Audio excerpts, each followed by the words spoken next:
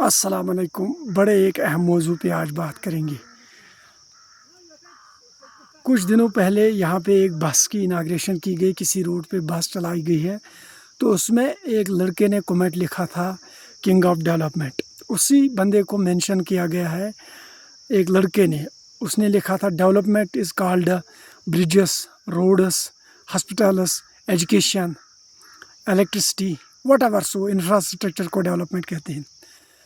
جب ہم باقی اسٹیٹس میں دیکھتے ہیں، کنٹری بہت بڑی ہے، 400، 500، 2000، 3000 کروڑ کا جو فلائی اوور بنتا ہے یا برج بنتا ہے، تب بھی کوئی سول وہاں پہ ایم ایل اے کے لیے نہیں اپنا دن ضائع کرتا ہے، پھر اس کو مالا پہناتا ہے، پھر سنگ کنگ لکھتا ہے، whatever, so real hero.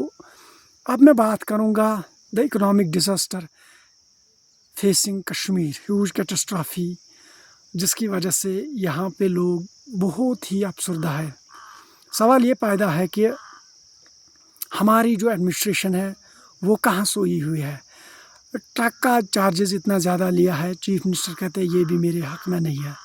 اب یہ بات کریں گے یہاں پہ کہ مجھے لگتا ہے کہ جو کہتے ہیں کہ ایجوکیٹڈ ان ایجوکیٹڈ، ایک ہمارے جو یوتھ ہے جن کو میں کہتا تھا کہ تعلیم بہت اچھی حاصل کرتے ہیں، لیکن ان لوگوں نے بھی ایسا بیہیویئر دکھایا، ایسا اپروچ دکھایا ہے، ایسا رویہ دکھایا ہے کہ مجھے لگتا ہے پڑھے لکھے یونیورسٹی سے آ کے کوئی بھی ڈگری کر کے ان کو پتہ ہی نہیں کہ ہمیں کون سی بات کرنی ہے، کون سا کمنٹ لکھنا ہے، بلکہ ان کو یہ پتہ ہونا چاہیے کہ ہمیں جو رائٹ آف ایکولیٹی ہے، رائٹ آف فریڈم، یہ میں کئی بار کہہ چکا ہوں، رائٹ آف فریڈم ہے کہ we can ask the question to every person.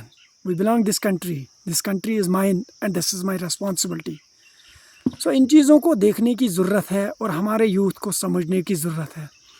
یہ جو 1 کلومیٹر کا میگڈم ہوتا ہے، اگر میں بات کروں گا پورے سلر تحصیل میں ایچ پی گیس کی سپلائی 2 مہینے سے نہیں آ رہی تھی۔ اس پہ میں نے کئی سارے لوگوں سے بات کی تھی ایز این سوشل ایکٹیوسٹ، کہ میں سمجھتا ہوں کہ for the sake of almighty Allah کی ایک عبادت ہے، لیکن یہ چیزیں کہیں نہ کہیں ظلم کی انتہا کشمیر میں چلتی جا رہی ہے۔